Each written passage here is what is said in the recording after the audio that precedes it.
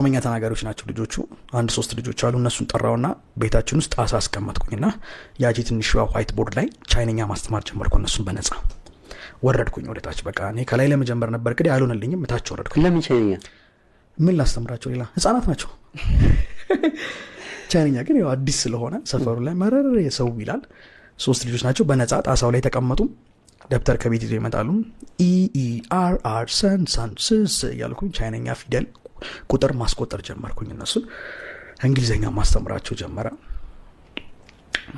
ከዛ እነሱን እያስተማርኩኝ ደግሞ በተክርስቲያን አካባቢ አንድ ማቀው ልጅ ነበር የ8ኛ ክፍል ተማሪ እና እሱን እንዴት ነው የሚያስጠናት ሰው አትፈልግም አልኩት። ፈልጋለሁ በነጻ አልኩት። ኧረ በቃ ኧረ 1-2 ጓደኞችም አሉኝ አለ።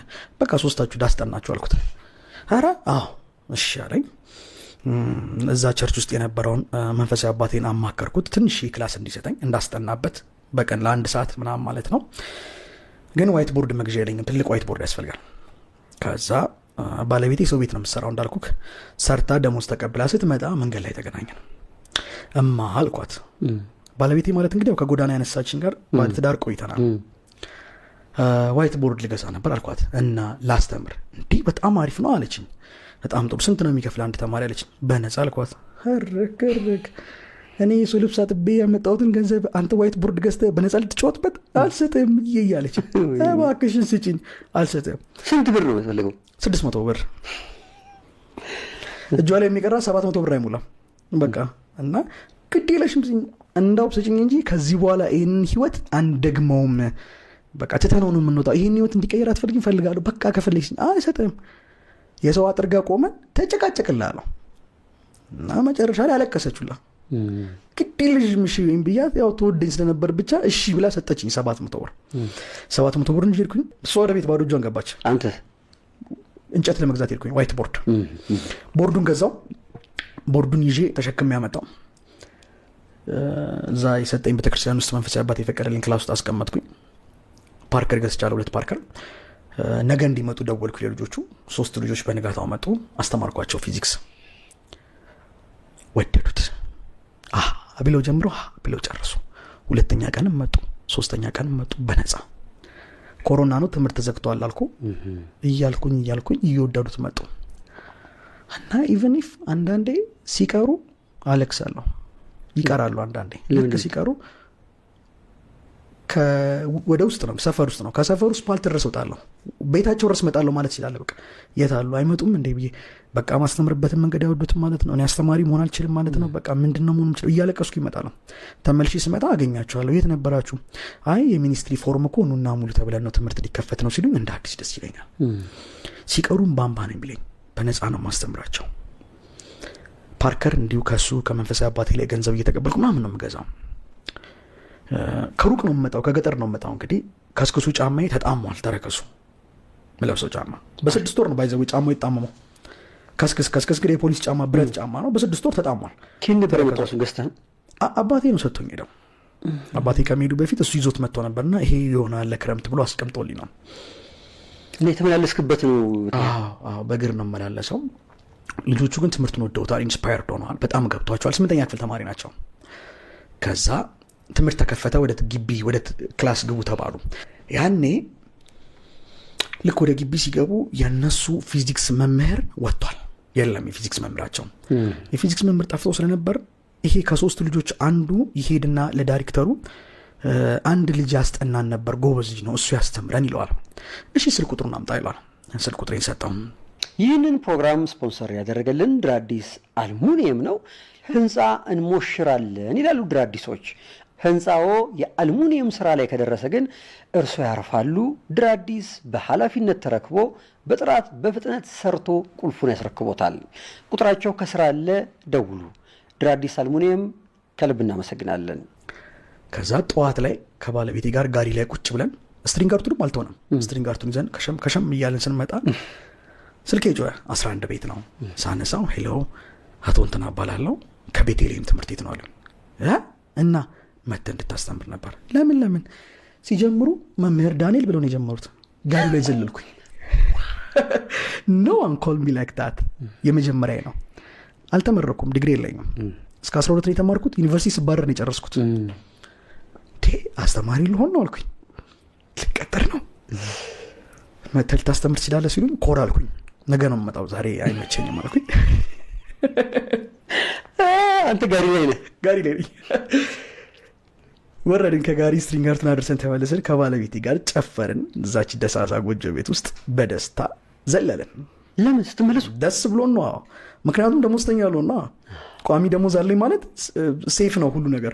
የቤት ኪራይ መንከፍላ እናታም የቤት ኪራይ አካባቢ 2 ወር 3 ወር ይተውልናል እያዘነ መጥቶ ፊታችንን አይቶ አዝኖ ወይ የሆነ ስትሪንጋርትን ሰጠዋለን ይዞ ይሄዳል። ሽጥና ይሰራ በቃ ይህንን እንካ ምናምን እያልነው በነጋታው ጠዋት ልብሴን ለብሼ ሸሚዜን ጠቅጥቄ ከቻይና የተባረርኩበት ሰርተፍኬት ነው ያለኝ። እሱን ይዤ ያው ግቢ ስገባ JW የሚባል የቪዛ ወረቀት አለ። እሷ ወረቀት አለችኝ። ፔትሮሊየም ኢንጂነሪንግ እንዳጠናው አዲስ አበባ ዩኒቨርሲቲ ኮስት ሼሪንግ ምናምን የሞላውበት ወረቀት አለኝ። ሌላ ምንም ሰርተፍኬት የለኝም። ማንም ሰው ሰርተፍኬት ሰጥቶኝ አያውቅም። ግን ልትሄድ ስትል የቪዛ ወረቀት አለ።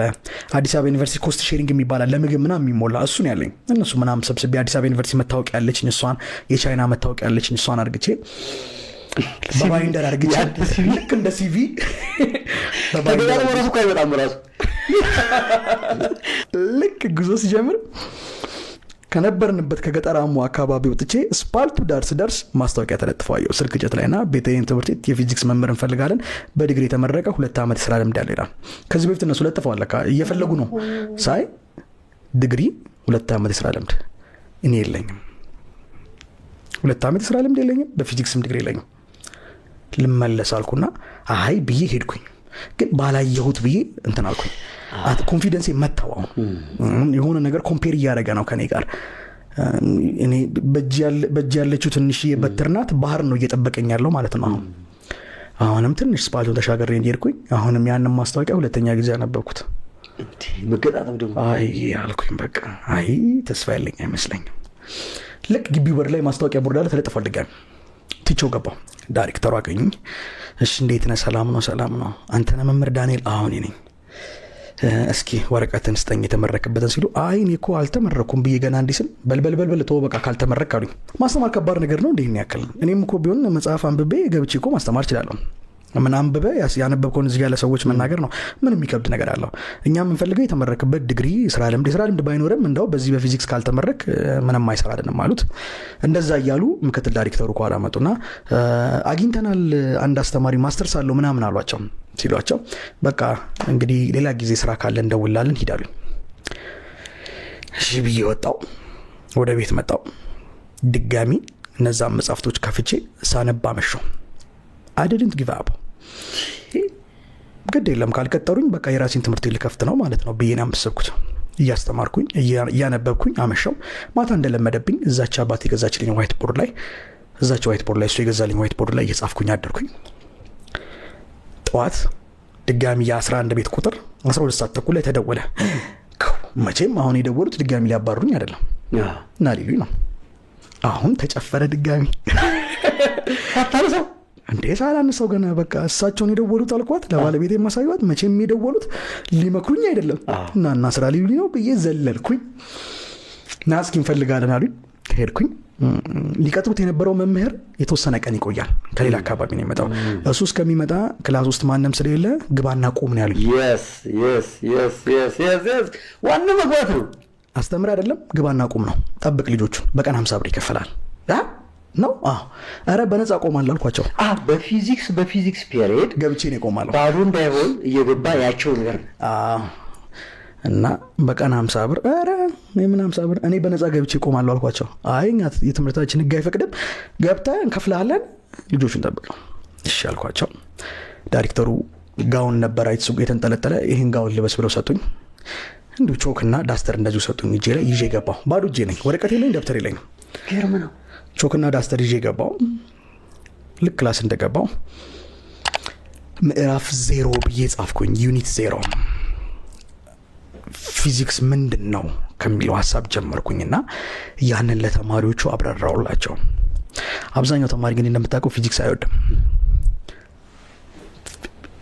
ጓዳ ቤታቸው አሁን ክላሳቸው እንቅስቃሴ በሚያደርጉበት ቦታ ሁላ ያለ ነገር ነው ለካ ትምህርቱ።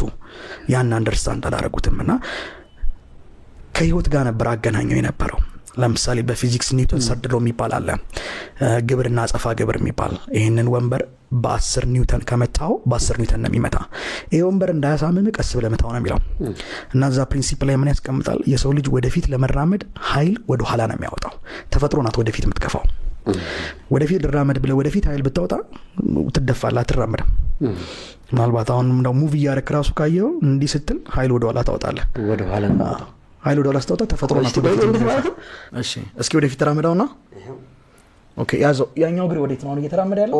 ወዴት ነው ኃይል የሚያወጣው? መሬትን ወዴት ነው የምትገፋው? ወደ ታች እየገፋው ነው። ወደ ኋላ ነው የምትገፋው። አሁን እግርን አንሳው ብልክ እስኪ አንሳው ብለህ ነው ያኛውን እግርን አንሳው።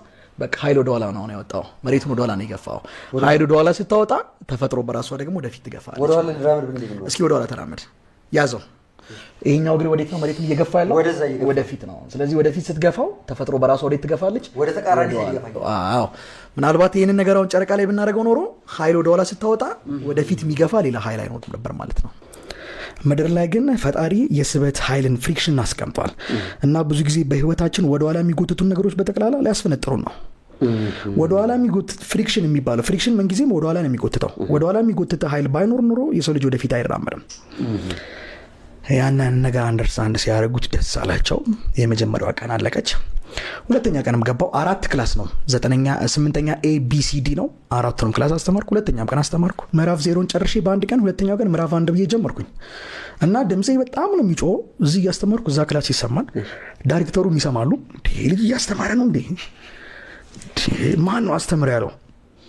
ከዛ በሶስተኛው ቀን ምክትል ዳይሬክተሩ መጡና አይ በቃ ሌላው መምህር መጥቷል እንግዲህ እኔ ሊያስወጡ ነው፣ ግን ከተማሪዎቹ ኮመንት ሊሰበስቡ ፈለጉ። ክላስ ገቡና እኔ እዛኛው ክላስ ነኝ፣ እሳቸው እዚህ ክላስ ናቸው። እኔ ስወጣ ነው ከእኔ ንግር ተከትለው የገቡትና እንዴት ነው ልጆች ፊዚክስ መምህራችሁ እንግዲህ መጥቷል፣ ይሄኛው ፊዚክስ መምህራችሁ እንዴት ነበር ሲሉ ዋው ብለው ተማሪው አጨበጨበ። አሃ አሉ። ከዛኛው ክላስ ወጥቼ እዛ ስገባ እኔ ጭብጨባው ይሰማኛል። ተማሪ እየተሸለመ ነው መሰለኝ። እኔ እዛኛው ክላስ አሁን ተመልሼ ስገባ ቀጣይ ክላስ 4 ክላስ ነው ABCD ነው። ከወጥቼ B ስገባ A ይገባሉ። ከB ወጥቼ C ስገባ B እየገቡ ኮመንት ሲጠይቁ ተማሪው እንዳለ ደስተኛ ነው። ፊዚክስ በዚህ መልኩ ተረድተነው አናውቅም፣ በዚህ መልኩ ገብቶን አናውቅም ነው የተማሪው ሐሳብ እንዳለ። ስወጣ ጠሩኝና ለካ ማስተማር ጥበብና ጸጋ ይፈልጋል። እኔ ደብተር ተገልጦ እንደሚነበብ ነው ማቀው። ለካ እንዲህ ነው ማስተማር። እባክህ ፈቃደኛ ከሆንክ በፔሪድ 50 ብር እንከፍላለን፣ እኛ ጋር አስተምራለሁ። በአንድ ወር ውስጥ 100 ክላስ ነው ያለኝ። 100 ፔሪድ ነው የምገባው። 50 በመቶ 5000 ብር የወር ደመወዝተኛ። አይ was so amazed። ቤት ገብቼ ለባለቤቴ ስነግራት አለች። ገና የወሩን ደመወዝ ሳንቀበል ከሰው ላይ ተበድረን ከዛ ቤት ወጣን። 2 ፍራሽ፣ ብረት ድስት አባቴ ገዛልኝን ቡታጋስ ይዘን የትገባን። ስቶቭም ነበረቻት እሷ ይድሮ የነገርኩ እሷን ስቶቭ ይዘን ከተማ መሃል ቤት ተከራየን በ1500 ብር።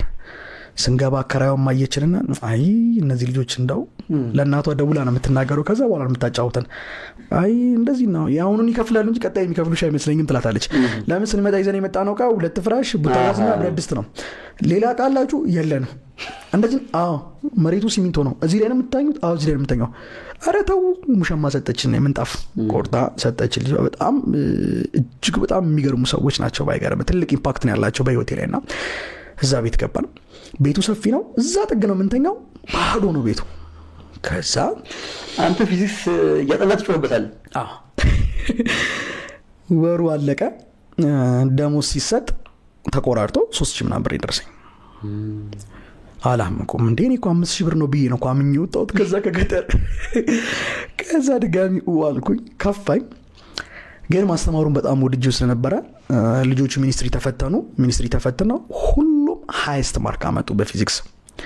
100 ያመጡ ልጆች እንደሆነም 0 ቁጥር የላቸውም። ሚኒስትሪ ፈተና ነው ነገር እና ዊዚን 30 ሚኒት ነው የጨረሱት። በ30 ደቂቃ ነው የጨረሱት። እስካሁን ድረስ ዳይሬክተሩ ያነሱታል እስከ ዛሬ። እንዳው አንተ ያስተማርካቸው ልጆች ይላሉ። 1 ወር ነው ያስተማርኳቸው እነዛ ልጆችና ትምህርት ቤቱ ጠራኝ፣ አመሰገነኝ። ቀጠልኩኝ። 8 ነበር ማስተምረው፣ አሁን 9ኛ ክፍል ማስተምራለሁ። ቀጠልኩኝ እያለ 9 አስተማርኩኝ።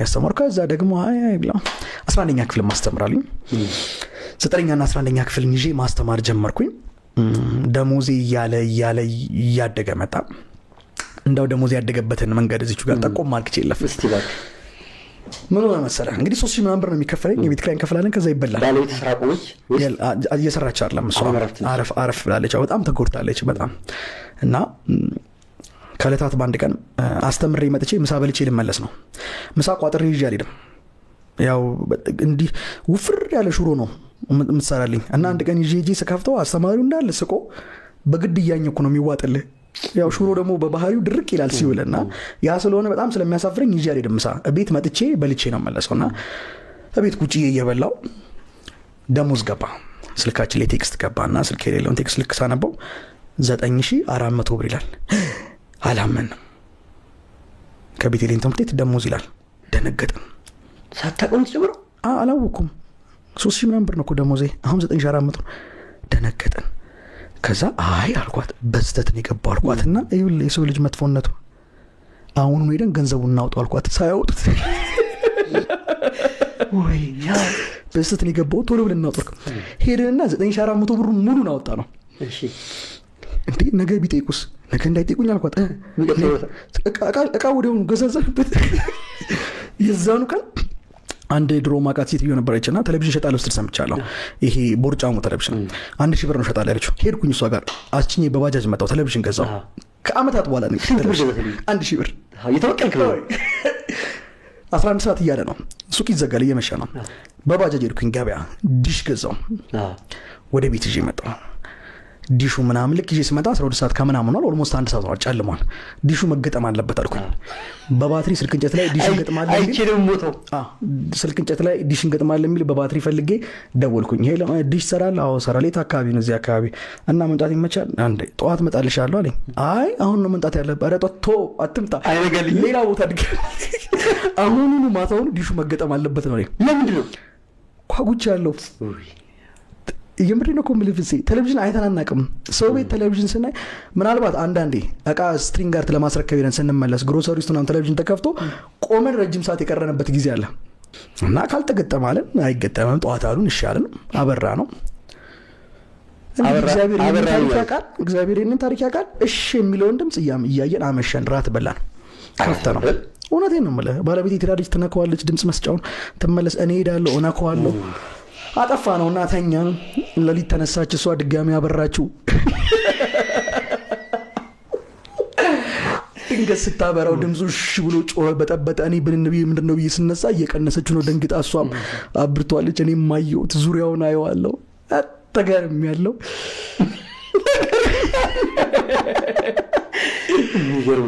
ነጋ። ዲሹ ተገጠመ። እነ ኢቢኤስ ሲኒማ የመጡበት ጊዜ ነው። ቃና የመጣበት ጊዜ ነው። ተከፈተ ኢቢኤስ ሲኒማ ምናምን። ደስ አላት። እሷ ቁጭ ብላ ታያለች፣ እኔማ ያለው ስራ ቦታ ሄዳለሁ። ልክ ስራ ቦታ ሲሄድ ይሄ ነገር እንዴት ነው ብዬ መምህራኖቹን እዚህ ትምህርት ቤት ደሞዝ ይጨምራሉ እንዴ ምናምን ስለ ደሞዝ አልጨምሩም በሆኑ አልጨምሩም። እሺ በቃ ጸጥ። ይሄ ትምህርት ቤቱን ዳይሬክተር ሳየው በዛ ጋር ዞራለሁ ጠርቶ እንዳይጠይቀኝ ብዬ ገንዘቡን ቴሌቪዥን በሰቀቀን ነው ማልፈው። በቢሮ ጋር ወደ ክላስ ገባ። በቀጣዩ ሁለተኛው ወር ያው ነው ገንዘቡ። አሃ አልኩኝ፣ አሁን ተጨምሮልኝ ነው ለካ አልኩኝ። ያመንኩት ሁለተኛው ወር ያው ደሞዝ ሲገባ እና ትልቅ ደሞዝ ነበር በሰዓቱ ትምህርት ቤቱ ከሚከፍለው ክፍያ ውስጥ 9 እና 11ን በዛ ሁኔታ ማስተማር ጀመርኩኝ። እያልን ጨረስን። ከዛ 12ንም እንዳስተምር ፍቃዱ ተሰጠኝ። የመጀመሪያውን አመት በአመቱ ምርጥ አስተማሪነት ጨረስኩኝ። ሁለተኛውን አመት ገባን። ሁለተኛውን አመት በአመቱ ምርጥ አስተማሪነት ጨረስኩኝ። ሽልማት ነበር ነው ልታቀው? ሰርቲፊኬት ሸለም ነበር። የትምህርት ቤቱ ባለቤት ሰዓትም ሸልሞኝ ነበር። አመቱ መጨረሻ ላይ ትላልቅ ኤግዚቢሽኖችን አዘጋጃለሁ። ተማሪዎቼ ከክላስ ውስጥ ከ16 እስከ 17 ወይም ከ17 በላይ የሚሆኑ ተማሪዎች 100 ያመጣሉ። 17ቱንም ከወር ደሞዜ ላይ መጽሐፍ ገዝቼ ሸልማለሁ። ወላጅ ጠርቼ እያስጨበጨብኩ ሸልማለሁ። ቶፕ የሚያመጡትን ደግሞ የአንገት ሐብል ሸልማለሁ ከደሞዜ ላይ። ተማሪዎቹም በጣም ኢንስፓየር ነዋል። ከሁሉም ትምህርት 100 ለማምጣት ተማሪ የሚሮጠው ፊዚክስ ነው። ይህ ሲሆን ቤት ደውል ነበር እናት ጋር ወንድሞች ጋር ስላባት ታስታውስ ነበር? እናቴ ኦልሞስት በቃ ሽንት ቤት ነው የምታጥበው፣ የሰው ልብስ ነው የምታጥበው። እንደዛ ነበር የምታሳልፈው አባ ከሞተ በኋላ። ከዛ በኋላ ግን በየወሩ እኔ ተቆራጭ አረጋለሁ፣ እሷን ሰፖርት አረጋለሁ፣ እህቴን ደግፋለሁ። በዛው የቤተሰባችን ታሪክ ተቃንቷል። አሁን ኮንስታንት የሆነ ገቢ ያለኝ በዛ መልክ ህይወት ቀጠለ ማለት ነው። አባትን ታስታውስ ነበር ቢኖር ምናምን ብለህ አስበህ? ኤቭሪ ዴይ አሁንም እያወራው ኮኮ አስታውሰዋለሁ። እንደው ቢያየው ብዬ እመኛለሁ። ቢኖር አትሊስት ነጭ ሸሚዝ ለብሼ ቢያየኝ እንደዚህ ንጹህ ቀበቶ አድርግቼ ቢያየኝ እመኛለሁ። አሁንም እንደው እናቴ ከምታየኝ በላይ አሁን እሱ እያየኝ እንደሆነ ይሰማኛል። ግን እና ህይወት በዛ መልኩ ቀጠለ። ትምህርት ቤት ውስጥ ጥሩ ስም መገንባት ቻልኩኝ። የወላጆች ስብሰባ ላይ ወላጆች ብዙ ጊዜ አፕሪሼት ያደርጉኛል። ሳያደንቁት ሳይጠሩት ማያልፉት ስም ሆነ ቲቸር ዳንኤል የሚባለው ነው። እያለ ምን አይነት ድምፅ ተሰማኝ። ከዚህ ትምህርት ቤት ውጣና ትንሽ የክላስ ተከራይተ ልጆችን አስተምር። ስንት ብር ነበር በወር የሚከፈል? ያኔ 9400 ብር አካባቢ። ደህና 9000 ብር አግኝታችሁ ጥሩ ኑሮ እየኖራችሁ ነው። ትልቅ ደሞዝ ነው ደግሞ እኮ። ባለቤት አረፍ ብላለች እንዴ? ብዙ ነገር ተቀይሯል። ቤት ውስጥ ሰላም ምግብ ተቀይሯል። እቁብ እየጣልን ኪችን ካቢኔት ተገዝቷል፣ ኦቭን ተገዝቷል። ብዙ ነገር እኮ ተቀይሯል። ያን ጥያቄ ነው። እና በወጣ ደግሞ ተመልሼ ሌላ ቦታ የሚቀጥረኝ ሰው የለም። ወረቀት የለኝም። ማንም የሚቀጥረኝ እንደ ድል ነው እኮ እዚህ ትምህርት ቤት የገባሁት። ማንም ያለ ወረቀት ሌላ ቦታ የሚቀጥረኝ ማንም። ግን ፊል አደረኩት። አንድ እምነት አለኝ እኔ ወደ ውስጤ ምንም አይነት ድምፅ ሲመጣ ወደ ውስጤ የመጣው ድምፅ ፍፄን የማይጎዳ ከሆነ እነሱን የማይጎዳ ከሆነ መልካም ሀሳብ ከሆነ ምንም ያክል ከባድ ይሁን አደርገዋለሁ። እና ሳደርገው ደግሞ ፋታ አልሰጠው። ጊዜው እንደሆነ ማድረግ እንደምትችል አምኖ ነው እግዚአብሔር ሀሳብን ወደ ውስጥ የሚልከው። ከዛ እቁብ ጥለን ያጠራቀምናት ብር ነበር 9000 ብር። የመጀመሪያውን እቁብ የወሰደችው ጎረቤታችን ናት። ቁምሳጥን ገዛች። ይሄ ቁምሳጥን ባለቤት የሚያምራል አለች። በቃ በቀጣዩ እቁብ እኛም ቁምሳጥን ነው የምንገዛው አለ ምናምን። ልክ ቀጣዩ እቁብ ሲወጣ እንደ ነገር ይወጣ ዛሬ ይሄ ድምፅ ተሰማኝ ውስጥ። መልክ ተቀበልኩና እማ አልኳት። አሁንማ ነገር መጣ ማለት ነው። እንደዚህ ተሰማኝ አልኳት አለችኝ። እና ድርጅት እንክፈትበት በ9000 ብር አሁን እንክፈትበት ተሰማኝ አልኳት። እቁቡን ወሰድን። ከዛ ጎረቤቶቻችን እንደዚህ ልናደርግ እንደሆነ ሲሰሙ አሉ። አልጋ የላችሁ፣ መሬት ላይ ነው የምንተኛው። ቁምሳጥን የላችሁ፣ የቤት ዕቃ ታሟልም ወይ? አንተ ደህና ስራ አለው ያለ የምን ድርጅት እንክፈት ነው በ9000 ብር? ኧረ ተው ብለው መከሩን። ከዛ ኧረ እኛ ዕቅዳችን ይሄ ነው አልኳቸው። በቃ ተው። ወጣሁ። ህንፃ ቼክ ሳደርግ አንድ ህይወት ህንፃ የሚባል አለ ደብረ ዘይት። ትንሽዬ ክላስ 16 ካሬ መቶን ለመከራየት ገባን። 12000 ብር ነው የ3 ወር ነው የምትከፍለው። እኛ ያለችን 9000 ብር ናት። አከራዩን እንደው እባክህን አልኩት። እኔ ብዙ ነው አላማዬ፣ ትልቅ ነገር ነው የምሰራው፣ ገና ታሪክ ነው የምሰራው፣ ግድ የለም አልኩት። በቃ አንድ ሳምንት ስጠኝ፣ 9000 ብር ልክፈልና ልግባበት አልኩት። ከአንድ ሳምንት በኋላ 3000 ብር እሰጥሃለሁ አልኩት። እሺ ያለ በቃ ፈቀደልኝ። እግዚአብሔር ይስጠው፣ ሰለሞን ይባላል። ፈቀደልኝ። ገባው። አንድ ዋይት ቦርድ አባቴ ይገዛልኝ አልነበረች ቤት። እሷን ዋይት ቦርድ አመጣው፣ አንጠለጠልኳት። እንዴ ምንድነው እዛ መስራት የፈለከው? ማስተማር፣ ማስጠናት ነው፣ ልጆችን ማስጠናት። ወንበርስ ሌላ ቀስ እኮ ነግሬ ነው እኮ። ገባው። የቤት አከራያችን ወንበር ነበራቸው። 20 ወንበር ሰጡኝ እና አንድ ትንሽ የጠረጴዛ ነበረቻቸው ሰጡኝ። አንዷን ወንበር ባለቤቴ ተቀምጣ ተመዘገብታለች። 19ኙን ወንበር ደግሞ ተማሪ ይቀመጥበታል ማለት ነው። እሷ ታምናለች፣ ትከተላለች። አዎ በጣም እንዴት እንደወጣን ታውቋለች። የወጣንበትን መንገድና ጀመርን። እነሱ 20 ወንበርና ጠረጴዛ ሰጡን። ያቺ ትንሽ ክላስ ውስጥ አጸዳዳናት። ልሙጥ ወረቀት አመጣን። መስታወቱን በልሙጥ ወረቀት በፕላስተር ልታጠፍ ነው ወደ ውስጥ እንዳይታይ። ከትምህርት ቤት ለቅቄ ያልወጣው ገና ክረምት ነው፣ በጋ መጀመሩ ነው። በቃ ዳይሬክተሩን ሄድኩኝና ልለቅ ነው አልኳቸው። ልወጣ ነው አሉ። ጨክኜ ወጣው። ምንም ተማሪ የለኝም፣ ባዶ ነው። ግን ጨክኜ ወጣው። ለምን ነው ልቅ የፈለከው? እዛ እየሰራ መስራት አልቻልክም? በትኩረት አምናለሁ። ሁለት ቦታዎች ላይ ትኩረት ካረክ 50% ነው ሁለቱም ላይ ኤነርጂ የምሰጠው። ስለዚህ እዛ ጋርም ስራውን መበደል አልፈልግም፣ እዚህ ጋርም ስራውን መበደል አልፈልግም። ሙሉ አቅሜን እዚህ ላይ ኢንቨስት ማድረግ ፈልጋለሁ። አንደኛ። ሁለተኛ ደግሞ በእኔ እምነት እግዚአብሔርን አምነው እግራቸውን ከጀልባው ላይ አንስተው ውሃው ላይ መርገጥ የቻሉትን ሰዎች እግዚአብሔር ይባርካቸዋል። ስለዚህ እግሬን ከጀልባው ላይ አንስቼ ውሃው ላይ አረፍኩኝ። ወጣው። በነጋታው አንድ 10 የሚሆኑ ተማሪዎች መጡልኝ፣ ፊዚክስ የሚያጠኑ። እነሱን አስጠናው። የመጀመሪያ ቀን 2 ነው እንጂ የመጡት። ሁለቱን አስጠንቼ ሄዱ። በነጋታው 10 ሆነው መጡ። 15 ሆኑ፣ 20 ሆኑ፣ 30 ሆኑ። በዛች ጊዜ ውስጥ አንድ ወር ሞላም። 30 ሆኑ። ፊዚክስና ማትስ ነው ማስተምረው። 19 ወንበር ይቀመጣሉ። የቀሩት 10 ምናምን የሚሆኑት ቆሞ ነው የሚማሩት። ኢቭን ቦታዋት በቃ ውጪ ወጥቶ ራሱ ወረቀቱ ተገንጥሎ ልሙጥልኩ በመስታወት ውስጥ ነው የሚያዩት። በጣም ስለምጮህ ድምጽ ይሰማል። ሲጨልም አንደኛ ጨልሟል፣ ሁለተኛስ ቀጣይ ሊነጋ ነው ማለት ነው። አለቀ። አሁን ትምህርት ላይ ነው ያለው አይደል? አንደኛ ትምህርት ላይ ነው ያለው። ቀጣዩ ጊዜ የምን ጊዜ ነው እያለ ነው? የሥራ ጊዜ ነው። እንደዛ ማስተማር ጀመርኩ። ዋይት ቦርዷ ተጽፍባት ብርትስ ብላ ትገባለች። እዛ ላይ እያስተማርኩኝ በጎን አንድ መምህር ቀጠርኩኝ፣ ኬሚስትሪ መምህር እንዲያግዘኝ ጨመርክ? አዎ ኬሚስትሪ ደግሞ 3ኛ ትምህርት ጨመርኩ። 300 ብር ነው የምናስከፍለው በወር። እንግዲህ 3 ትምህርት ነው የሚያጠኑት። ከዛ ወር አለፈንና ቀጣዩ 3ኛ ወር ልንከፍል ነው። የ3 ወር ከፍለን ነበር። አሁን ቀጣይ 3ኛ ወር ለመክፈል ስናስብ ከላይ ደግሞ አንድ ክላስ አለ፣ ሰፊ ክላስ እና ውስጤ በየቀኑ እየሄድኩኝ አየዋለሁ፣ በመስተዋት ውስጥ እንደዚህ ብዬ አየዋለሁ። እና ክላስ ሰፊ ነው፣ ግባ ይለኛል። እዚህ በጣም ኦቨር ነው ኪራዩ፣ በጣም ትልቅ ነው፣ ወደ 60 ካሬ ነው። እዚህ እዚህ ግባ እሺ አልኩና አንድ ተማሪም ነበር አገዘኝና ተከራየው ገባው። ትልቅ ክላስ ገባው። ባገኘነው ገንዘብ ወንበር ገዛው። የሰዎቹን የአከራዮቼን 20 ወንበር መለስኩኝ። 20 ወንበር ገዛው። ዋይት ቦርድ ገዛው፣ ጥብቅ የሚል ቆንጆ ዋይት ቦርድ ግድግዳው ላይ ተለጠፈ። ማስተማር ጀመርኩኝ። እያሉ 40 ሆኑ፣ 50 ሆኑ። በፊት የሚያውቁ መምጣት ጀመሩ መጡ። በፊት የሚያውቁ መጡ። አስተምሬ ማላቅባቸው ትምህርት ቤቶች ደግሞ ሰሙና መጡ። የተማሪ ቁጥር በጣም በዛ፣ 80 ሆኑ። ዋው! 80 በ324 ሺህ ብር አካባቢ። የህንፃው ጥበብ የተደለቀው ትጉህ ታታሪ አያውቅም ድካም። ዘመን መሻገር ሳይከተብ አይረካም። የሀገሬ ኮከብ የሀገሬ ፈርጧ በእውነት የወጣ ከአብራክ ከውስጧ አዳዲስ ሐሳብን የሚያፈልቅ በተለየ ስልት የሚያጠናቅቅ የአልሙኒየም ልክ ድር አዲስን እንካ።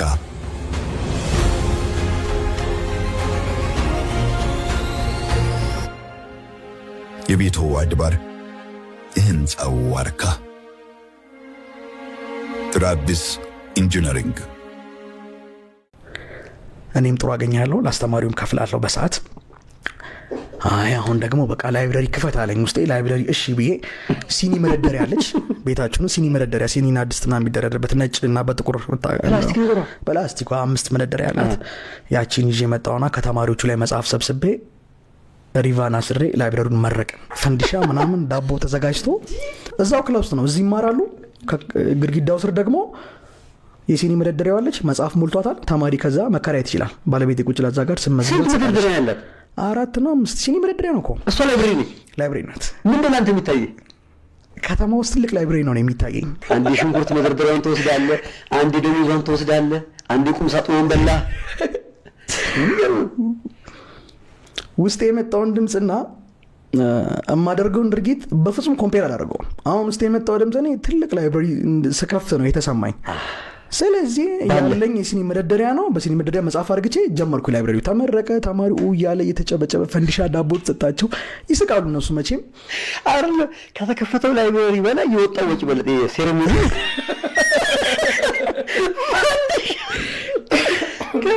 ምንም ነገር ብቻ ይታየኝ አለኝ የለኝም ምን አላገናዝብም። በቃ ባለኝ ነገር ነው የምገባበት። ያለኝ ያ ነው፣ በዛ ነው። መጽሐፍም የለኝም ባይዘዌ። ተማሪዎቹ ነው መጽሐፍ ታምጡ ብዬ ከቤት የእናት አባቶቻቸው የተማሩበትን መጽሐፍ ያመጡት። ልጆቹን ግን ምድረው ከማስተማር ባለፈ በሳምንት አንድ ቀን የማይንድ ሴት ስልጠና ሰጣቸዋለሁ። የኔን ያለፍኩበትን መንገድ ነግራቸዋለሁ። ስለ ኢንቫይሮንመንት በደንብ አድርጌ ነግራቸዋለሁ። ፈሪሃ እግዚአብሔር እንዲኖራቸው ዴይሊ አስተምራቸዋለሁ። የጥበብ ሁሉ መጀመሪያ እሱ ስለሆነ ማለት ነው። የሰው ልጅ ደፋር መሆን የሚችለው እግዚአብሔርን መፍራት ሲችል ብቻ ነው። እግዚአብሔርን መፍራት ስታቆም ደግሞ ፈሪ ነው የምትሆነው በሁሉ ነገርና ደፋርም እንዲሆኑ እንደዚህ አይነት ስልጠናዎች ይሰጣቸዋለሁ። በጣም ይነቃቃሉ። በጣም ጂኒየስ ናቸው። ፋይናሊ እንግዲህ 80 ተማሪ ሆኑ።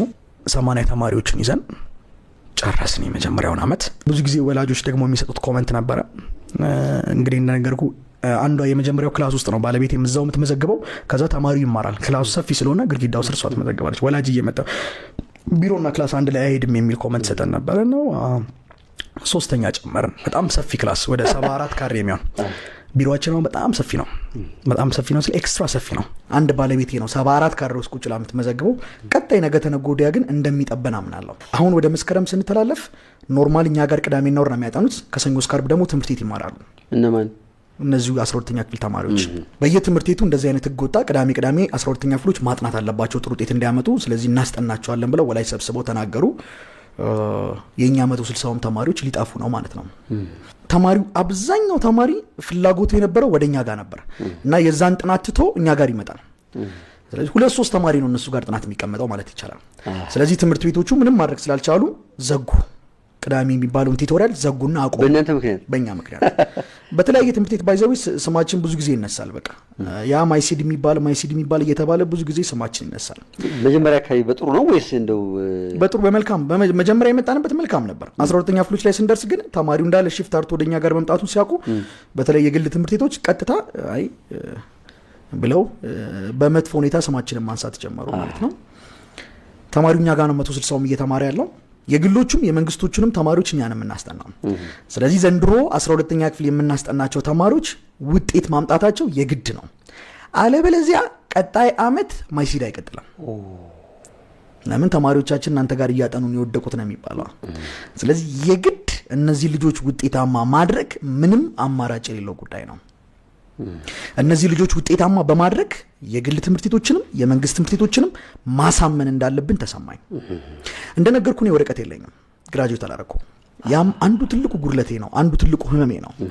ስለዚህ ይሄንንም ህመም አሸንፌ ወደፊት መራመድ የምችለው እነዚህ ልጆች ውጤታማ ማድረግ ስችል ብቻ ነው። ስለዚህ እነዚህ ልጆች ውጤታማ ለማድረግ የተለያዩ መንገዶችን ሳስብ ቆየው። መጨረሻ ላይ የመጣልኝ ነገር ምንድነው? ለነዚህ ልጆች በሚፈልጉበት ሰዓት ሌሊት እየደወሉ መቀስቀስ። ከሰኞ እስከ ዓርብ ባሉ ቀናቶች ላይ ለልጆቹ እየደወልኩኝ ሌሊት እየተነሱ እንዲያጠኑ ግዴታ ጣልኩባቸው። ማጥናት መለወጥና ውጤት ማምጣት መብታቸው አይደለም፣ አሁን ግዴታቸው ነው። because not only for them it's also for me። አሁን ውጤት የሚያመጡት ለራሳቸው ብቻ እንዳልሆነ ነገርኳቸው፣ ለኔም ጭምር ነው። እኔ እዚህ ከተማ ላይ የተሻለ ስም ገንብቼ የተሻለ ነገር ቢውልድ አርግቼ ድሬዳዋ ደግሞ እናቴን ማየት ፈልጋለሁ ተመልሼ። ረጅም አመት ሆኖኛል እናቴን ካየሁት። ይሄን ታሪኬን ያውቃሉ የመጣሁበትን። ስለዚህ እኔማ ሆነ መሄድ ትፈልጋለህ? ዴፊኒትሊ እኔ ማመልጠውና ምወጣው በእናንተ በኩል ብቻ ነው ብዬ አስጠንቅቄያቸዋለሁ። ስለዚህ ማጥናት መብታቸው አይደለም ግዴታቸው ነው። 160 ነበሩ ተማሪዎቻችን። ከ160 ውስጥ ኦልሞስት ወደ 110 እንደዚህ አካባቢ የሚጠጉትን ስልክ ወሰድን፣ ስልክ ቁጥራቸውን ተቀበልን።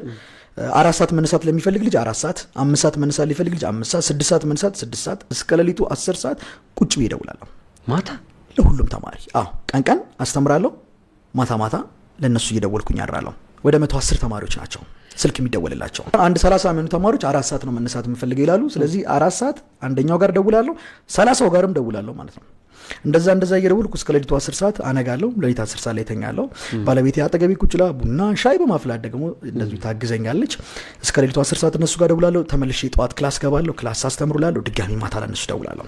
ምን ያህል ጊዜ ነው ማታ ማታ እየደወልክ የቆየኸው?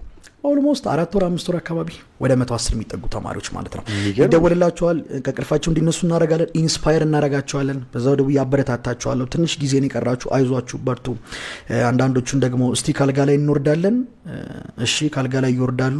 ከዛ ደግሞ እስኪ ፊታችን እንታጠባለን፣ ይሄዳሉ። ፊታቸውን ሲታጠቡ ያሰሙኛል። በጣም ጥሩ፣ አሁን ደብተራችን ይዘን ወደ ጥናት፣ እሺ ቀጥታ ወደ ጥናት ይገባሉ። ዝም ብሎ ደውሎ ተነስታል አልተነሳም ብቻ አይደለም። 1 ደቂቃ 2 ደቂቃ ከዛ ተማሪ ጋር ኮንቨርሴሽን እለዋወጣለሁ።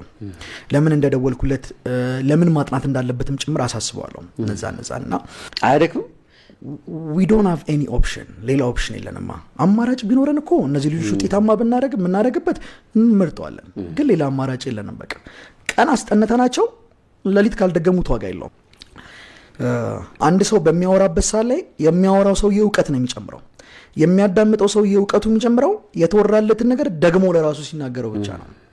ስለዚህ እኛ አስተማሪዎች ቆመን ስናስተምር ልጆቹ የበለጠ እውቀት እያገኙ ነው የሚመስለን፣ ግን የኛ እውቀት ነው እየሰፋ የሚሄደው። ለዛም ነው አንድ ተማሪ አመቱን ሙሉ አስተምራው ሳያጠና ፈተና ላይ ቢቀመጥ ፊል ያደርጋል፣ ግን አመቱን ሙሉ አዳምጠዋል። ምን ማድረግ አለበት? ግዴታ ቤት ደግሞ መድገም አለበት። ራሱ ለራሱ ያንን ነገር መድገም አለበት፣ ለራሱ ሊያወራው ይገባል። ስለዚህ እኛ ጋር መጥተው ይማራሉ፣ ለራሳቸው እንዲደግሙት ደግሞ ጫና እናደርጋለን ማለት ነው። በዛ መልኩ መጣንና አሁንም ነገሮችን ሳያቸው አላማሩኝም። ቀን እያስተማርክም ማታ እየደወልክም አላማሩኝም። በዛ ጊዜ ደግሞ ፕሮፌሰር ብርሃኑ ነጋ አንድ መግለጫ ወጣ። ምን የሚል መግለጫ?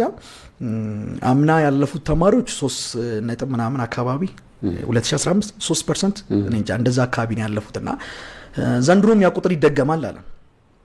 ቀጣይ ዓመትም ይደገማል። ይሄ የሚስተካከለው የዛሬ 4 ዓመት 5 ዓመት ነው አለ። ጉድ! ዘንድሮም እንዳምነው ተማሪ ይወድቃል፣ እንደ 2015ቱ በ2016ም ተማሪ ይወድቃል ብሎ ራሱ ተናገረ ፕሮፌሰር ብርሃኑ ነጋ። ይሄን መግለጫ ሰማ እንቅልፍ አጣው። ተማሪዎቹ ሊወድቁብን ነው። ላምናቸውም አልቻልኩም። ማን ተማሪዎቹን ቀን አስተምሬያቸው ለሊት ደውዬላቸው አንስተው እነዚህ ልጆች አውርተውኝ ምናምን ፊታቸውን ጣተው ተመልሰውስ ቢተኙ ላምናቸው አልቻልኩም። ስለዚህ ምን ማድረግ ነበረብኝ? እጃቸው ላይ ያለውን ስልክ በጠቅላላ መንጠቅ ነበረብኝ። የብዙዎቹ ደካማ ጎን ስልክ ነበር። አንዳንድ ተማሪዎች ሌሊት ይነሱና ተነስቻል ይሉኛል። ስልካቸውን አንዴ ኖቲፊኬሽን እንዲ ብለው ቲክቶክ ውስጥ ወይ ቴሌግራም ውስጥ ይገባሉ። በዛው የሚነጋባቸው ተማሪዎች አሉ እና ጠዋት መጥተው ደግሞ እያለቀሱ ይነግሩኛል፣ ትናንትና አላጠናውም ቲቸር እንደዚህ እያሉና። ስለዚህ ምን ማድረግ ነበረብን? የእነዚህን ተማሪዎች ስልክ መሰብሰብ ነበረብን። ወላጆችን ጠራው፣ ስብሰባ ጠራው። ከወላጆች ጋር ስብሰባ አወራው፣ ተስማማው። የሁሉንም ተማሪ ስልክ ተቀበልኩኝ። ስልክ አልሰጥ የሚል ተማሪ እኛ ጋር አይማርም። ስልካቸውን በጠቅላላ እኛ ጋር አስቀመጡ። ቤተሰብ መቆጣጠር የሚችለው ቤተሰብ ተቀበለ። ግን ቤተሰብ ለቤተሰብ ሰጥተውም ደግሞ አሳይመንት አለብኝ ምን አለብኝ የሚሉ አሉ። እነሱን ደግሞ ቤተሰብ አይ ለራሱ ለዳኒ ውስጡ አሉ። የልጃቸውን ጸባይ ያውቁታል። ተቀብዬ እነሱን ስልክ አስቀመጥኩኝ ማለት ነው። ስንት ጊዜ ቀርቷቸው ነበር ለማትሪክ? ያኔ 5 ወር 6 ወር አካባቢ ይቀራቸዋል ገና። ከዛ በኋላ ቀጠለ ማለት ነው። በምን ትደውልላችኋለህ? ማታ እንዴ? በቤተሰብ ስልክ ደግሞ የቤተሰብ ስልክ ቀየረን። ግን ብዙም አልቆየንም። ስልካቸውን እንደተቀበልኩኝ ወዲያውኑ አሁንም ስልካቸውን ተቀብዬ ሳስበው ቤታቸው ቴሌቪዥን አለ፣ አልጋ አለ። ገብተው እንቅልፍ ይላቸው ይችላል። ከሶፋው ከጠረጴዛው ጋር ብዙ ትዝታ አለባቸው እነዚህ ልጆች። ቁርኝት አለ። ሶፋውን ሲያዩት ለምሳሌ ደገፍ ብለህ ብታርፍ ይላቸዋል። አልጋውን ሲያዩት እስኪ አረፍ ብትል፣ ቴሌቪዥኑን ሲያዩት እስኪ ትንሽ ፊልም ለምን አታይም? ፈተና አሁንም አላማረኝም። ስለዚህ ሌላ ምንም አይነት ኦፕሽን የለኝም። ለምን ከትምህርት ቢሮ ከትምህርት ቤት መጥተው ቢጠይቁኝ የማሳያቸው ወረቀት የለኝም። ነገር ግን ነገ ከትምህርት ቢሮ ከሌላም ቦታ ቢመጡ ግን የማሳያቸው ውጤት ይኖረኛል። ይሄው እነዚህ ልጆች ውጤት አማርግቻለሁ፣ አይኖ ወረቀቱ የለኝም ግን እነዚህ ልጆች ውጤት አማርግቻለሁ ብዬ ሲቪ ናቸው፣ በቃ ለኔ የምስክር ወረቀቴ ናቸው። ስለዚህ ምንም አማራጭ የሌለው ነገር ነው እና የእነሱ ማጥራት መብት ብቻ ሳይሆን ግዴታቸው ነው። በጣም ነው ጠንቅቀው የሚያውቁት። ስለዚህ ምን ማድረግ ነበረብን? እነዚህ ልጆች ስብስብ አርክተን የሆነ ቦታ ማስቀመጥ። ልትወስዳቸው ውስጤ ምን የሚል ስሜት ተሰማኝ። ለምን ሰብስባ መጥተህ ለምን ክላስ ውስጥ አታሳድራቸውም ነው? እሺ ያልኩኝ። ባለቤቴን አማከርኳት። ባለቤቴ እንደነገርኩት ጀግና ሴት ናት። ሰው መከተል ነው በቃ። ጀግና ናት በጣም። ማትላት ነገር የለም። ጀግና ማትላት አርጊ ማትላት ነገር የለም። የመጣንበትን ጎዳና ታውቀዋለች። ስለዚህ እሺ ብሊቭ ሚ በቃ በጣም ነው የምታምነኝ። ስለዚህ ቀጥታ ምን አደረግን? ወላጆችን ሰበሰብን። ድጋሚ ፈቃደኛ የሚሆኑ ወላጆች ካሉ ተማሪዎቹን ተቀብዬ እኔው ጋር እያበላው እያጠጣው እያሳደርኩኝ እዚሁ ፊት ለፊቴ እያጠኑ እንዳያቸው አሰብኩኝ ማለት ነው። በቃ ካላየዋቸው እነዚህ ልጆች እያጠኑ አይደለም አላምንም አልኩኝ። ወላጆችን ይሄንን አማከርኩኝ። እሺ በቃ እንግዲህ ያው ከሚቀጥለው ሳምንት ጀምሮ ያኔ ቀኑ ይመስለኛል 21 አካባቢ ነው እና ያው ከሚቀጥለው ከአንድ ጀምሮ እንግዲህ ይገባሉ ምናምን ብለው የተወሰኑት ወላጆች ተስማሙ። 1:45 ነው። ልክ ሲስማሙ አይ ከአንድ ጀምሮ አይደለም ዛሬ ነው የሚገቡት አልኩኝ። ወላጅም ሳይዘጋጅ አንተም ሳትዘጋጅ የት ነው የሚገቡት? በቆየ ቁጥር ከስጋዬ ጋር ማከርና እሰርዘዋለሁ። ምክንያቱም ቀላል አይደለም። አንደኛ ትልቅ ሪስክ ነው። እነዚህን ተማሪዎች አጠገቤ እያየው አሳድሬ ውጤት አላመጡም ማለት እኔና እኔ ብቻ ነኝ ተጠያቂው።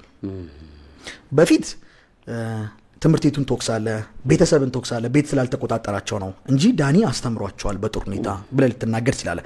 አሁን እኔ አስተምሬ እኔው ፊት ለፊት ከሰኞ እስከ ዓርብ ቁጭ ተቆጣጥሬ ውጤት አላመጡም ማለት ሪስኩ በጣም ከባድ ነው። ስለዚህ የመደራደሪያ ጊዜ ለራስ መስጠት አልፈልግም። ውሳኔዎችንም ስወስን ደግሞ ቶሎ ነው የምወስነው። ስቀይር ዘግይቼ ነው የምቀይረው። ቶሎ ውሳኔ አልቀይርም። በጣም ዘግይቼ ነው የምቀይረው። አዲስ ሀሳብ መጥቶልኝ ወደ ውሳኔ ከገባው ግን ቶሎ ነው ዲሳይድ ማድረገው። ወላጆች ምን አሉ? ነገ ስትላቸው ለልጆቹ የምግብ ምናምን ማዋጣት አለባቸው ምናምን ነገር ይሄ ሁሉ እንዴት ነው የሚሆነው? ነገ አይደለም ዛሬ ነው ያልኩት። ኮፍሴ በቃ ከዛሬ ጀምሮ ይግቡ ነው ያልኩት። በቃ ያው ነገ ሰኞ ነው አብዛኛው ተማሪ የሚመጣው። በርግጥ የኔ ውሳኔ ግን ከዛሬ ጀምሮ ይግቡ የሚል ነበር። ተዘጋጅተህ ነበር አንተ? የሚበላው ምናምን የለም፣ አልተዘጋጀውም። ተማሪዎቹ ፍራሽ ይዘው ይመጣሉ። ዛሬ አሁን ከሰዓት ላይ ከገቡ ያው ከቤት ሲመጡ መቼም እራት በልተው ነው የሚመጡት። እሁድ ነው ቀኑ። እራታቸውን በልተው ይመጣሉ። ዩኒፎርማቸውን ይዘው እዛው ቢሮ ያዱና በንጋታው ጠዋት ደግሞ ይሄዳሉ ማለት ነው። ያንን አሳወኳቸው። ወዲያውኑ አንድ ወላጅ እጁን አወጣና የኔ ልጅ ዛሬ ትገባለች አለ። ያኛውም ወላጅ እጁን አወጣና የኔ ልጅ ዛሬ ይመጣል አለ።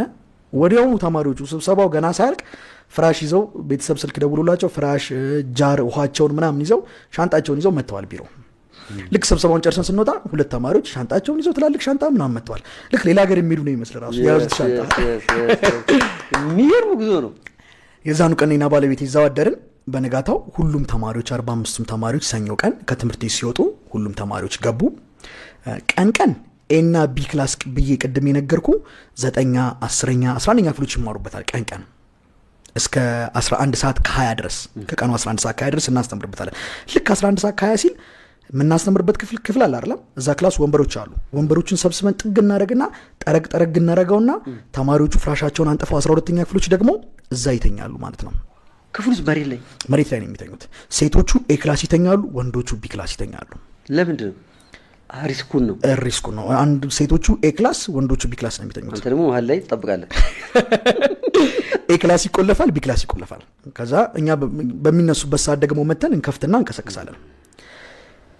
ስለዚህ ምን ማድረግ ጀመረ? እነዚህ ልጆች 11 ሰዓት ካያ ይመጣሉ፣ ፍራሻቸውን ያነጥፋሉ፣ ወዲያውኑ ወደ ላይብረሪ ይገባሉ፣ አይተኙም። እስከ ምሽቱ 4 ሰዓት ድረስ እኔ እዛው ላይብረሪ ውስጥ ቁጭ ብዬ ላይብረሪ ያጠናሉ። ልክ ከምሽቱ 4 ሰዓት ሲል ደግሞ ከነበርንበት ከ3ኛው ፍሎር በታች 2ኛው ፍሎር ላይ አንድ ትንሽ የክፍል ደግሞ ተከራይተናል እንደ ኪችን። ባለቤቴ እዛ ደግሞ ራታቸውን ትሰራለች። ቁርስ፣ ምሳ፣ ራት እሷ ነው የምትሰራላቸው። ቁርስ ይበላሉ፣ ምሳቸው ተቋጥሮላቸው ወደ ዋናው ትምህርት ቤታቸው ይሄዳሉ። ማታ ሲመጡ ራት ይበላሉ። ራታቸውን በልተው ሲጨርሱ ደግሞ በጠዋት ስለሆነ ምሳቸውን ቋጥረው የሚሄዱት ምሳቸውን እየሰራች ነው ሌሊት የምታድረው። ለስንት ሰው? ለ45 ተማሪ።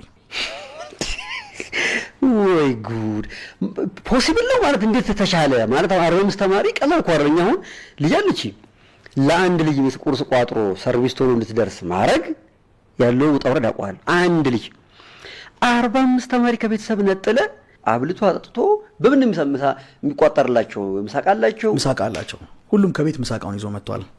መጠጫ ኩባያቸውን ይዘው መጥተዋል። ራት የሚበሉበትን ዝርግ ሳህን ይዘው መጥተዋል ሁሉም ተማሪ። ስለዚህ ከምሽቱ 4 ሰዓት ላይ ይወጣሉ። ከምሽቱ 4 ሰዓት ይሰለፉና ራታቸው እየተደረገላቸው ሁሉም በሰልፍ ራታቸውን ይዘው ይመጣሉ። ራታቸውን ይበሉና ትንሽ ሪላክስ አርግተው ይተኛሉ። ልክ ደግሞ ከሌሊቱ 9 ሰዓት ሲል ደግሞ ሴቶቹንም ወንዶቹንም ቀሰቅሳለሁ። ከዛ ውጭ ደግሞ እኛን 2 ወንድሞች አሉን፣ እጅግ በጣም ትጉ ወንድሞች፣ በነፃ ቮለንተሪ የሚያገለግሉን ማታ እየመጡ እነሱም በተቻላቸው መጠን ተማሪዎቹን ኮንትሮል ያደርጓቸው ነበር። ከሌሊቱ 9 ሰዓት እስከ ጠዋቱ 12 ሰዓት እያጠኑ ያነጋሉ። 12 ሰዓት ሲል ይወርዳሉ፣ ስፖርታዊ እንቅስቃሴ ያደርጋሉ፣ የዜግነት ክብር ይሰምራሉ። ተመልከት እንግዲህ ጥናት ቤት ነው አይደለም? እኔ ያሳየኝ ከድሮም ትምህርት ቤት መክፈት ነው። ነገር ግን ያለኝ አቅም ጥናት ቤት መክፈት ነው። ግን ሁሉ ነገሩን እንደ ትምህርት ቤት ነው ማድረገው። ትምህርት ቤት ላይብረሪ ያለው ላይብረሪ መኖር አለበት። ትምህርት ቤት የዜግነት ክብር ይባላል፣ የዜግነት ክብር ማለት አለበት። እንደዚህ አይነት ነገሮችን ነው ማድረገው። ስለዚህ ጠዋት ስፖርታዊ እንቅስቃሴ ያደርጋሉ፣ የዜግነት ክብር ይሉና ወደ ቁርስ ይወርዳሉ ማለት ነው። ቁርሳቸውን ይበላሉ። ቁርሳቸውን በልተው እንደጨረሱ ምሳቃቸው ይቋጠራል። ምሳቃቸውን ይዘው ደግሞ ወደ ዋናው ትምህርት ቤታቸው ይሄዳሉ። ፕሮግረሱ አሁን ትንሽ አመንከው ሂደቱ ውስጥ? አሁን እዛው ሳያቸው እጅግ በጣም አመንኩ። ከዛ በተረፈ ደግሞ ማታ ከመተኛታቸው በፊት ይጸልያሉ። ሁሉም በየእምነቱ፣ ሙስሊሙ በእምነቱ፣ ኦርቶዶክሱም ፕሮቴስታንቱም በእምነቱ ይጸልያሉ። እንደዋንም አስታውሳለሁ የእንትን ጊዜ ራሱ የእግር አጠባ ጊዜ ፕሮቴስታንቱ የኦርቶዶክሶቹን እግር ያጥባል። የስግደት ጊዜ እዛው ነበር አንጥፈው የሚሰግዱት፣ እዛው አንጥፈው እየሰገዱ ነበር። በዚህ መልኩ ነበር የመጣ ነው። ስትሪክትሊ ያስኳቸው በቃ እርግጠኛም እየሆንኩ ነው። ከዛ በተጨማሪ ደግሞ ትምህርት ቤት የሚፈተኑት አንድ ሞዴል ነው። ማትሪክ ዋናውን ከመፈተናቸው በፊት አንድ ጊዜ ኤግዛም ይፈተናቸዋል ትምህርት ቤቱ። እኔ ደግሞ 6 ጊዜ ነው የፈተንኳቸው። 6 ጊዜ አጣርቻቸዋለሁ ሊያቸው ብዬ ሁሉንም ትምህርት ጥያቄ እያወጣው እዚህ አዲስ አበባ የሚወስዱት ሞዴል አለ። እነሱን ከቴሌግራም ላይ ከምን ላይ ዳውንሎድ እያረኩኝ እኔም በራሴ ጥያቄ እየጨመርኩኝ እነሱን ፕሪንት እያረኩኝ እፈትናቸዋለሁ። በተደጋጋሚ 6 ጊዜ ፈትኛቸዋለሁ። የመሳሳት እድል ሰጣቸው ማለት? አዎ እኔ ጋር 6 ጊዜ ተፈትነዋል። ትምህርት ቤት 7ኛ ተፈትነዋል።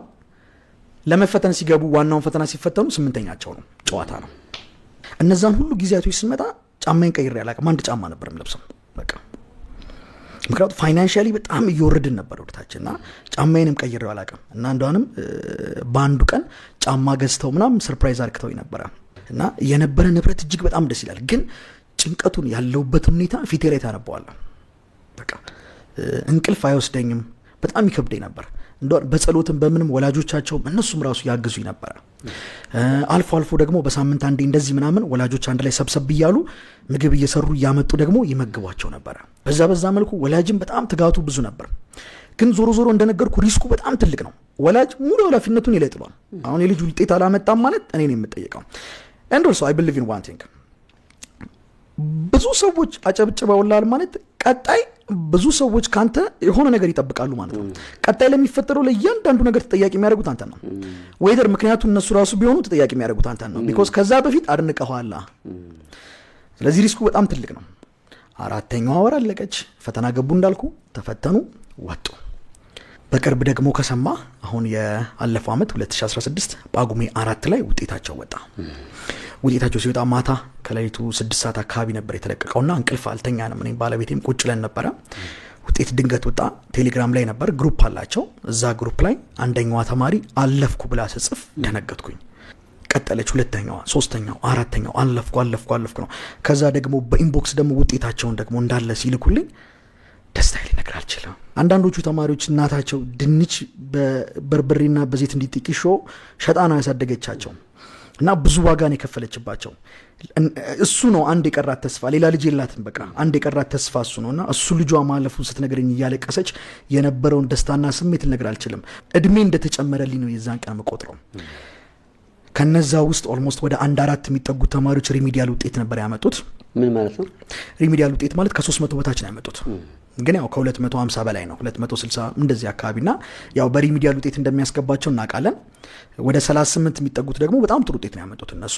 እዚህ ጋር እንድታስብ የምፈልገው ነገር እነዚህ 45 ተማሪዎች ፈተና ፈትነን ሰሌክት አርክተን አይደለም የተቀበልናቸው። ዝም ብሎ ወላጅ የፈቀደለትን የተቀበልነው። ይሄ ጎበዝ ተማሪ አይደለም የሰበሰብነው። ወላጅ የፈቀደለት የትኛውም ተማሪ፣ ምናልባት ከዚህ በፊት ምንም ተስፋ የሌለው ተማሪ ራሱ ቢሆን ወላጅ ከፈቀደለት ተቀብለናል። ከመቀበላችን በፊት ኤግዛም አላደረግንም ማለት ነው። ኢቫሉዌት አላደረግንም። እነከሌን ብንቀበል ጎበዝ ተማሪዎች ናቸው፣ ውጤታማ እንሆናለን፣ ብራንዳችንን እንገነባለን የሚል ሀሳብ ውስጣችን አልመጣም። በቃ ፈቃደኛ ማን ሆኗል ብቻ መለወጥ ይቻላል አይቻልም፣ ያንን ነው ማሳየት የፈለግነው። እና ምንም ተስፋ ያልነበራቸው ተማሪዎች ነበሩ ስንቀበል። ምንም ተስፋ ያልነበራቸው በቃ ኢቭን አጥንተው ሌሊት ላይ ልክ ሲጨርሱ አልፎ ጥያቄ ጠይቃቸዋለሁ እየዞርኩኝ ማጥናትና ለማጥናታቸውን ቼክ ለማድረግ እና አንዳንዶቹ ልክ ጥያቄ ሲጠይቃቸው እንባቸው ከአይናቸው ዱብ ይላል። ሌሊት በቃ ያለቅሳሉ። ምን ነው ስላቸው አንብቤዋለሁ ግን አልገባኝም። በቃ ያነቡታል ግን እንዴት መጠናት እንዳለበት እንዴት እንደሚገባቸው እንኳን አያውቁም። በተቻለን መጠን እንግዲህ እነዚህ 4 ወሩን ስንመጣ እንግዲህ እንደነገርኩ ባለቤቴ ናት ቁርስ ምሰራው ሌሊት ደግሞ እኔ ደግሞ የማይንድሴት ስልጠና በመስጠት ምናምን እነዚህን ተማሪዎች ሰፖርት አደረግ ነበር። አፕሪሺየትም ኢንስፓየር ማድረጋቸው ነበር። ያጠናን ስታይሎችንም ነግራቸው ነበር። አንዳንድ ተማሪዎች ግን ከታች ቤዝ ስለሌላቸው ያሳዝነዋል። በቃ የመጨረሻው ሰዓት ላይ እንደደረሱት ቤዝ የላቸው እና እነዛም ተማሪዎች ነበሩ 3ቱም እና ምናልባት ፌል አድርገዋል የሚል እምነት ነበረን። ነገር ግን አሁን በቅርብ ደግሞ የሪሚዲያል ውጤት ወጣ። እነዛም 3 ተማሪዎች ዩኒቨርሲቲ መግባት ቻሉ ማለት ነው። በአጠቃላይ 45ቱም ተማሪዎች 100% ዩኒቨርሲቲ ጆይን ማድረግ ቻሉ። የሚገርም ነው በእናትህ እግዚአብሔር ይመስገን። በስ ሁሉም 45ቱም ዩኒቨርሲቲ ገቢ ናቸው። ከነዛ ከ45 ውስጥ ደግሞ ኦልሞስት አብዛኛዎቹ አዲስ አበባ ዩኒቨርሲቲ ፈተና ወጥቶ ነበረ። አዲስ አበባ ዩኒቨርሲቲና አዲስ አበባ ሳይንስና ቴክኖሎጂ አስቱ ሁለቱን ፈተና ተፈተኑ። አዲስ አበባ ዩኒቨርሲቲ ተፈተኑት፣ አዲስ አበባ ዩኒቨርሲቲ ገቡ። አዲስ አበባ ሳይንስና ቴክኖሎጂ የተፈተኑት ደግሞ አዲስ አበባ ሳይንስና ቴክኖሎጂ ገቡ ማለት ነው። የቀሩት ደግሞ አዳማ ገብተዋል። ግን ውጤት ስንሰማ ግን ብዙ ተማሪ እኮ ነው የወደቀው አይደል? ብዙ ተማሪ ነው የወደቀው። እንደውም ኦሮሚያ ክልል ባይገርም 555 ትምህርት ቤቶች አንድም ተማሪ አላሳለፉም። ያው ደብረ ዘይት ደግሞ ኦሮሚያ ክልል ውስጥ ነው የምትገኘው። አንድም ተማሪ አላሳለፈም እና ያንን እንደውም መግለጫ በሚሰጥበት ሳለ እኔ ልቤ ውርድ ብሎ ነበር። ግን አሁን 45 ወደ ዩኒቨርሲቲ መግባት ችለዋል። 45ቱንም ማሳለፍ ችለናል ማለት ነው። የህንፃው ጥበብ የተደለቀው ትጉህ ታታሪ አያውቅም ድካም። ዘመን ሚሻገር ሳይከተብ አይረካም። የሀገሬ ኮከብ የሀገሬ ፈርጧ በእውነት የወጣ ከአብራክ ከውስጧ አዳዲስ ሐሳብን የሚያፈልቅ በተለየ ስልት የሚያጠናቅቅ የአልሙኒየም ልክ ድር አዲስን እንካ።